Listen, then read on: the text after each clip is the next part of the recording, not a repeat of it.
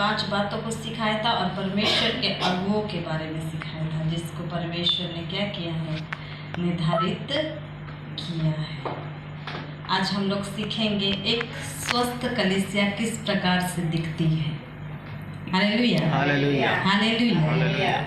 हम किस प्रकार से एक कलीसिया को निर्धारित कर सकते हैं, बना सकते हैं, या किस उसका मापदंड क्या होता है, हम इन सब बातों को इस जगह में देखेंगे। जैसे कि हर एक सप्ताह में कितने लोग सभा में उपस्थित होते हैं ना, होता है ना ऐसा, आपका आय कितना होता है, व्यय कितना होता है, इन सब चीज़ के बारे में भी डिस्कस होता है।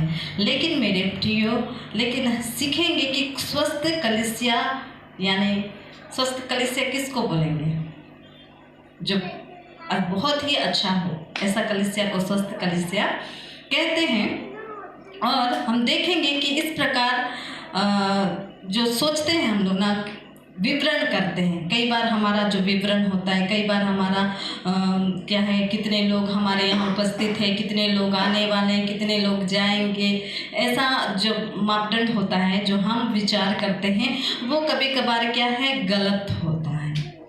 हालेलुया। इन तमाम बातों को एक मूल्य होता है। इसमें समस्या यह है कि अक्सर ये गलत बातों को क्या करते हैं, हम लोग मापदंड कर लेते हैं, जिससे परमेश्वर जब मूल्यांकन करता है या किसी बात को देखता है कि हम क्या कर रहे हैं, तो उसके समीप में क्या है, हम उस समय गलत हो जाते हैं। जब आप घर में एकत्रित होते हैं, या फिर एक पेड़ के नीचे, या एक मकान के नीचे में, या फिर और कहीं हम क्या है, एकत्रित हैं, तो स्वस्थ कलीसिया के बारे में विभिन्न रीति में सोचना भी एक अच्छा बात है। जैसे आपकी कलीसिया कैसे विकास कर सकती है।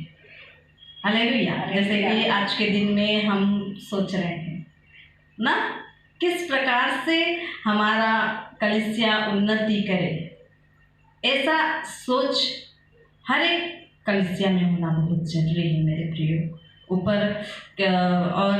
ऊपर दी गई बातों से और भी बढ़कर सोचने से अगर हम प्रयास करेंगे, बाकी अभी हम सीखे जिससे जैसे कलीसिया का विकास करने के बारे में, और भी कई चीज़ों को हम क्या है, नई नई चीज़ों को यहाँ पर लेके आते हैं। परमेश्वर की कलीसिया किस प्रकार से हम मापे, मेरे ख्याल से हम नहीं माप सकते। Hallelujah, hallelujah. और चिंता किस प्रकार करते हैं ना, कई बार लोग का चिंता भी होता है, खासकर होता है कलीसिया के कई लोग चिंता भी करते हैं कि कैसे हमारा कलीसिया को बढ़ाएं। ज़्यादातर मेरे ख्याल से पास्टर लोग को होता है, कलीसिया का उन्नति कैसा करें। हालेलुया।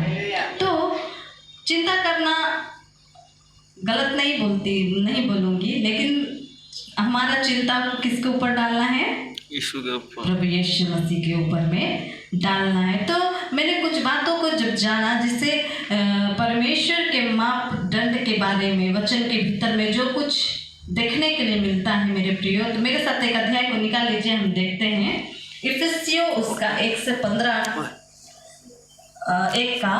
से 18 में क्या कहता है।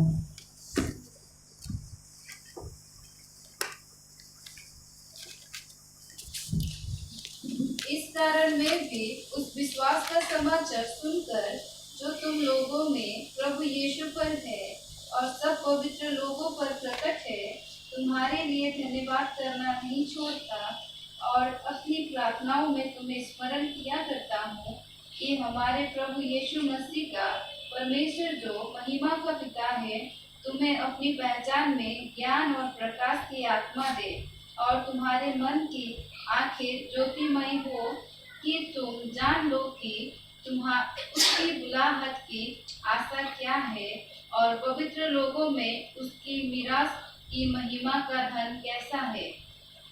हालेलुया।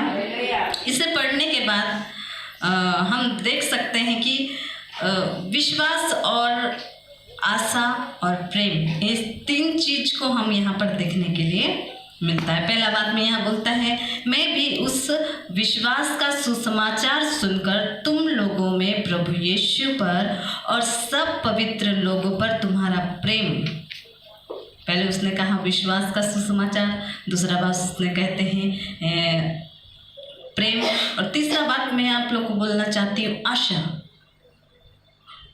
तुम्हारे लिए धन्यवाद करना नहीं छोड़ता और अपनी प्रार्थना में तुम्हें स्मरण किया करता हूँ। परमेश्वर का इस वचन में हम देखते हैं फिलिस्तियों की कलीसिया का कि इनमें 3 चीज़ों को हम देखने की मिलता है। ये तीनों चीज़ें हमारे कलीसिया का विकास करने में मदद करता है। हमें आशा नहीं छोड़ना है, हमें आपस में प्रेम को भी नहीं छोड़ना है और हमें विश्वास भी नहीं छोड़ना है। हालेलुया। ये तीनों चीज़ एक कलीसिया का अंदर में होना बहुत ही ज़रूरी है मेरे प्रियो। यदि ये तीनों चीज़ नहीं होगा तो हमारा कलीसिया चलना क्या हो जाएगा, मुश्किल हो जाएगा। जब ये तीनों चीज़ हमारे कलीसिया में पाई जाती है, विश्वास, आशा और प्रेम, तो हमारी कलीसिया को हम क्या कर सकते हैं, उन्नति की ओर लेकर जा सकते हैं। पौलुस ने जो इन बातों को लिखा है मेरे प्रियो, इस पत्री में उन्होंने एक अच्छी बातों को हमारे बीच में रखा है। एक कलीसिया, एक स्वस्थ कलीसिया के विषय में जो तीनों चीज़ मैंने आज आप लोगों के बीच में सिखाया है, उसी रीति से क्या है, हमको बढ़ना पड़ेगा। हमारे अंदर को आशा को टूटने नहीं देना पड़ेगा। हम बीते दिन में जब हमारा कलीसिया जब छोटा था तब हम देख सकते थे कई बार हम कहीं पर भी बीज बोने जाने से क्या वो बीज या फिर मर जाता था या फिर कोई और लेके चले जाता, हुआ है ना। हैं आंटी ने बनबस्ती की आंटी ने बहुत बार कोशिश किया, लेकिन उन्होंने आशा को नहीं खोया है। हालेलुया। और उसी जगह में हम आशा को खो देने से मेरे ख्याल से हमारा कलीसिया में जो अभी उन्नति हो रहा है वो नहीं देखने मिलता। Hallelujah, hallelujah. इसलिए एक कलीसिया, एक स्वस्थ कलीसिया को बनाना है तो हमको क्या है, उसको विकास करने के लिए हमको आशा लगाना है, प्रेम भरा जीवन होना है, हम विश्वासियों में प्रेम होना है। हालेलुया। जो कि हमारी कलीसिया में हमको देखने के लिए मिलता है।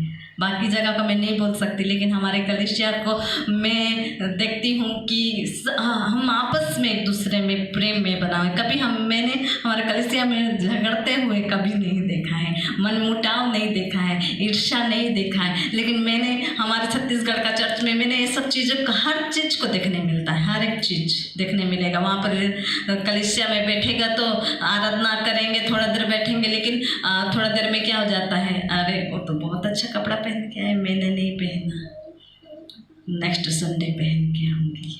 ऐसा भी चलता है। मैंने देखती थी, मैं भी मेरा कलीसिया का विषय में किसी दूसरा के बारे में नहीं, मेरा कलीसिया में मैंने इन सब चीज़ों को देखा है। तो लेकिन जो मेरा ये जो मेरा अपना कलीसिया है, मैं इससे देख के बहुत खुश लगता है।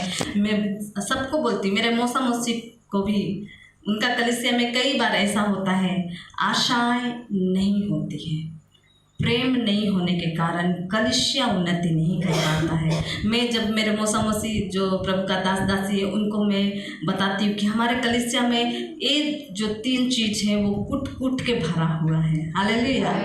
नहीं भी होता है, लेकिन फिर भी विश्वास के साथ हम क्या करते हैं, प्रार्थना करते हैं। हमने जो टारगेट रखा हुआ है उसके लिए हम लगातार प्रार्थना कर, विश्वास है इसलिए प्रार्थना कर रहे हैं, आशा है इसलिए हम प्रार्थना कर रहे हैं, प्रेम है इसलिए हम प्रभु से क्या कर रहे हैं, हमारे कलीसिया का उन्नति के लिए प्रार्थना कर रहे हैं मेरे प्रियो। यही आज का 10 मिनट का ये मेरा छोटा सा शिक्षा है। परमेश्वर इस 2 छोटी सी शिक्षा के द्वारा हमें सबको आशीष देने पाए। आमीन।